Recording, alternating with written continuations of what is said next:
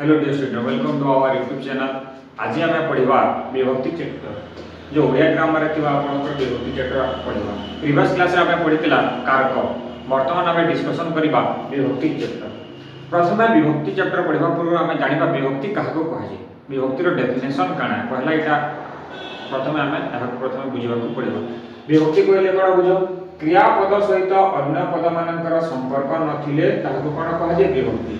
विभक्ति होची कोन क्रियापद सहित बाकी जो पद गुडाक रहिला गोटे सेंटेंस रे वाक्य रे ता सहित यदि संपर्क नाही बेले आमे ताको कहबा कोन विभक्ति बोली। वर्तमान बुझिला विभक्ति कहले कोन बुझो। नेक्स्ट आमे पढिबा विभक्तिर प्रकार बुझो। विभक्तिर टाइप केते भाग रे विभक्ति को विभक्त कराई छि। विभक्तिर प्रकार केते प्रकार 7 प्रकार। विभक्ति को 7 भाग रे विभक्त कराई छि। आमे जो कारक पढ़िला कारक को रिलेट करिकि आमे विभक्ति चैप्टर को बुझिबा जद्वारा हमको कोन हो विभक्ति चैप्टर बुझिबा पय सहज हो। कारक आमे पूर्व क्लास रे डिस्कशन करथिला। कारक जो 6 प्रकार कारक थिला, वर्तमान विभक्ति रे आ गुटे तमर कोन संबंध कारक हो जोटा कि तमर कोन षष्ठी विभक्ति होइते।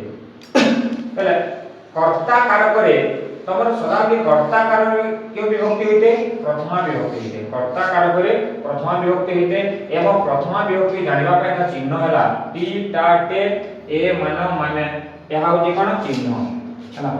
अब कर्ता कारक जानिबा पय हमें गोटे क्वेश्चन रे पुछरावा किए बोली। देखो एग्जांपल लेले भल से जानि परिबो। राम भात खाउची, एठारे कर्ता किए खाउची राम, का द्वारा कार्यटी होची राम कार्यटी करूची ना। એટલે कर्ता कारक जते बेला हमें कर्ता को आइडेंटिफाई करबा बा कर्ता को चिन्हबा सेट हे जो तम कोन कर्ता कारक। एवं कर्ता कारक सदा बेले मन रख कर्ता कारक के विभक्ति होते तमरा प्रथमा विभक्ति होते। प्रथमा विभक्ति सदा सर्वदा कोन होते कर्ता कारक रे प्रथमा विभक्ति होते। आ प्रथमा विभक्ति जानिबा पय हम किए बोली क्वेश्चन में जते पचारिबा सेते हम कर्ता पाइ दिबा। आ कर्ताटी होची तमरा कोन प्रथमा विभक्ति। वर्तमान में प्रथमा विभक्ति संपर्क रे जानिला। नेक्स्ट हम पढिबा कर्म। कर्म कारक रे तमर क्यों विभक्ति होइते द्वितीय विभक्ति। सदा सर्वदा मन रख कर्म कारक रे तमर कोन द्वितीय विभक्ति होइते।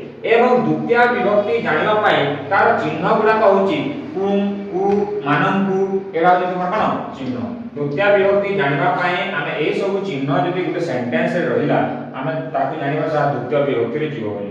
आ द्वितीय विभक्ति क्यों कारक रहते कर्म कारक रे द्वितीय विभक्ति होते। वर्तमान हम उदाहरण देखो एग्जांपल डी देला आपन को बुझिबा में सहज हो। राम स्कूल को जाउची बेले स्कूल हला आ विद्यालय हला। राम विद्यालय को जाउची बेले क्यों ठाकु जाउची विद्यालय से विद्यालय कोन हो तमर कोन द्वितीय विभक्ति हे। वर्तमान हमें बुझिला द्वितीय विभक्ति। नेक्स्ट हमें पढ़िबा कर्ण कारक रे तमर क्यों विभक्ति होइते तृतीय विभक्ति।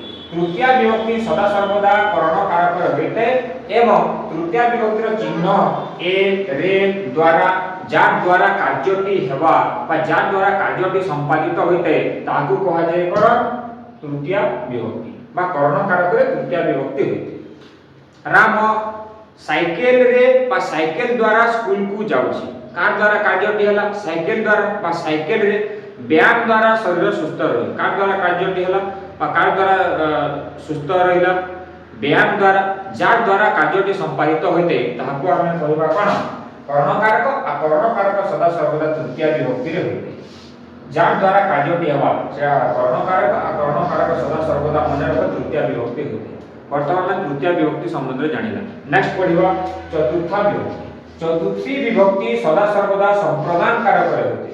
संप्रदान कारक रे चतुर्थी विभक्ति होइते एवं चतुर्थी विभक्तिर चिन्ह गुडा कहला कुम कु किम की कुम मानम एहा तमर कोन चतुर्थ विभक्ति। जब क्यों कारक होइते संप्रदान कारक होइते। दान अर्थ रे संप्रदान होइते। राम भिखारी को टंकाटी दान कला। काहाकू दान कला भिखारी को दान कला। भिखारी कोन होबा तमर क्यों विभक्ति हेबा चतुर्थ विभक्ति हला। नेक्स्ट हम पढिबा अपादान कारक। अपादान कारक गोटे वस्तु अन्य वस्तु के विच्छिन्न हवाटा अलगा हवाटा एकाना कहैसी अपादान कारक। आ अपादान कारकटा सदा सर्वदा पंचमी विभक्ति होइते। मने रख अपादान कारक पंचमी विभक्ति होते आ पंचमी विभक्ति जानिबा पय चिन्ह गुडा होला रु ठारु तापर मानंकरु मानंक ठारु केउ ठारु अलगा हैला केउ थिरु अलगा हैला केउ ठारु अलगा हैला केउ मानंक ठारु अलगा हैला एहा होला तमर कोन पंचमी विभक्ति चिन्ह गुडा वर्तमान जानिला किछि उदाहरण देखो वृक्षरु पत्र पतित हैला केउ थिरु अलगा हैला वृक्ष से वृक्ष कोन हबो तमर केउ विभक्ति हेबो पंचमी विभक्ति क्षीररु दही हैला केउथिर अलगा हैला क्षीर क्षीर हबो तम केउ विभक्ति पंचमी विभक्ति सदा सर्वदा मने रख पंचमी विभक्ति अपादान कारक रे होइते आ अपादान कारक चिन्ह होला रूट हैला नेक्स्ट हमें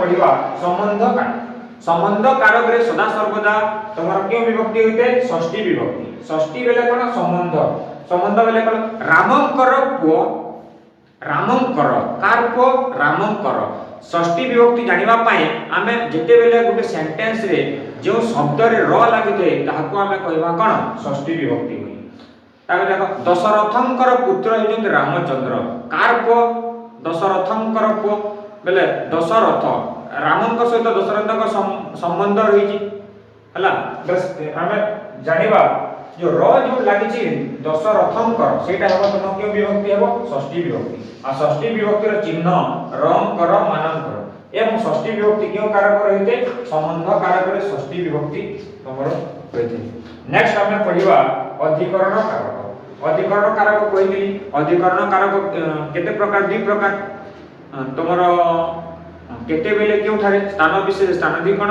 काल विशेष काल अधिकरण स्थान जानिबा पई क्यों थारे बोली हमें प्रश्नटी पचारिले जानि परिबा एवं केते बेले तमर कोन काल जानिबा पई केते बेले क्वेश्चन टी पचारला हम जेउटा आंसर मिले सेटा होची तमर कोन अधिकरण कारक आ अधिकरण कारक रे सदा सर्वदा सप्तमी विभक्ति होइते आ सप्तमी विभक्ति जानिबा पई ता चिन्ह गुडा कहला ए रे थारे क्यों थारे मानक रे मानक थारे किछि उदाहरण देखो वर्षा दिन रे आंब पाचे बा ग्रीष्म दिने आंब पाचे केते बेले पाचे ग्रीष्म दिन गोटे काल को बुझाले से काल हवा तमर कोन क्यों विभक्ति हेबो सप्तमी विभक्ति हला आ गोटे विषयाधिकरण रे मध्य अधिकरण कारक होइते विषयाधिकरण रो एग्जांपल देखो नरेंद्र बाबू गणित रे पटु केउथिरे पटु गणित रे से गणित तमर क्यों विभक्ति हेबो गणित तमर हेबो कोन सप्तमी विभक्ति सदा सर्वदा मने रख अधिकरण कारक रे होइते आ अधिकरण कारक सप्तमी विभक्ति चिन्ह हला रे ठारे मानक ठारे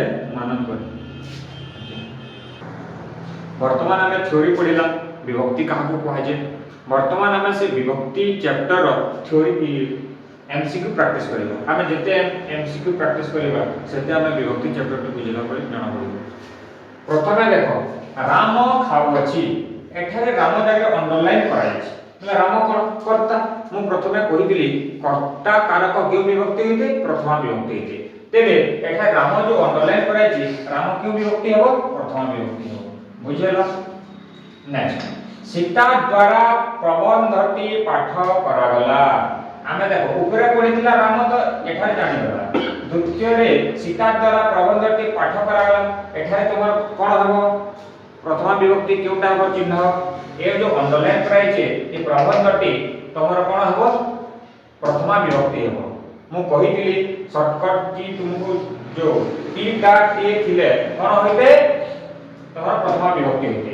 बेले सीता द्वारा प्रबंधटी पाठ करागला एठारे प्रबंधटी जो अंडरलाइन कराइछे अंडरलाइन वर्ड की बाय एले शब्दटी कोन हबो तुमर प्रथमा विभक्ति नेक्स्ट देशद्रोही को धिक देशद्रोही को जो धिक रहिछि देशद्रोही को जो अंडरलाइन कराइछि देशद्रोही क्यों विभक्ति हेबो कुंकु मानंकु द्वितीय विभक्ति होइते हला देशद्रोही को धिक देशद्रोही को एटा क्यों विभक्ति हेबो द्वितीय विभक्ति नेक्स्ट देखो 10 टंका रे गोटिए कलम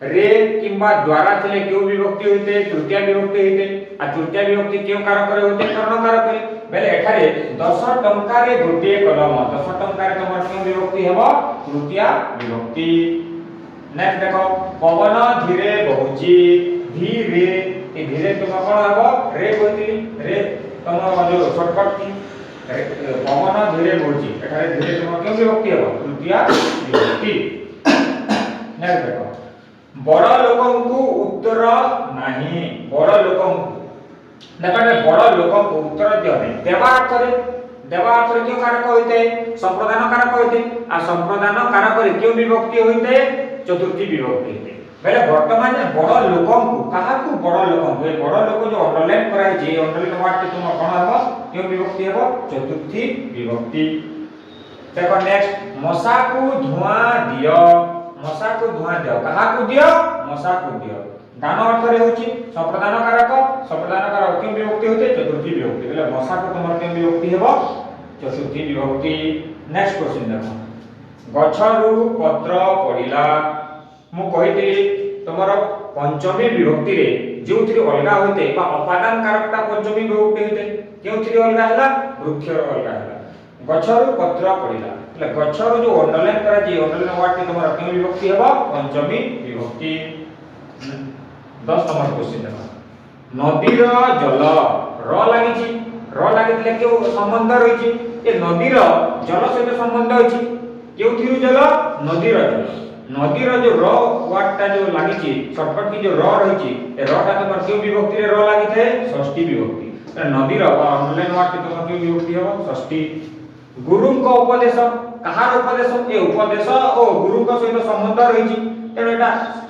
तुम के विभक्ति हेबो षष्ठी विभक्ति गुरु का जो अंडरलाइन कराइछि ए गुरु को एटा हेबो तुम कोन षष्ठी विभक्ति हरिर को ए को सहित हरिर संपर्क अछि कि बेला हरिर को र जेतु लागिछि शॉर्टकट चिन्ह एटा र एटा तुम कोन हबो षष्ठी विभक्ति मासकर काम षष्ठी विभक्ति नेक्स्ट क्वेश्चन देखो वर्षा काल रे कदम्ब फुटे एटा तुम कोन सप्तमी विभक्ति हेबो सप्तमी विभक्ति कि कोइ जानिबो वर्षा काल रे बेले कालाधिकरण है केते बेले वर्षा काल रे ए वर्षा काल अंडरलाइन वर्ड के हेबो तुम कोन सप्तमी विभक्ति से व्याकरण रे पटु व्याकरण केउथिरे पटु व्याकरण विषयाधिकरण बेले वर्तमान विषयाधिकरण और व्याकरण हेबो तुम के विभक्ति सप्तमी विभक्ति 16 नंबर क्वेश्चन देखो बिराड़ी कपालकु सिका छिला कपालकु पूरे तुम्हार के विभक्ति होता है द्वितीय विभक्ति तुम्हार क्या द्वितीय विभक्ति पूरे उत्सव लागि रहिछि स्थान के बुझाला क्यों थारे स्थान को बुझाला स्थान को जिते बेले बुझाइला ए पूरे अंडरलाइन वर्ड के हम तुम्हार कोन सप्तमी विभक्ति आपण यदि ए बोली इंफॉर्मेटिव वीडियो जानिबा को चाहछन दितेबे आम चैनल स्टूडेंट परमान को सब्सक्राइब करंतु लाइक करंतु एवं शेयर करंतु।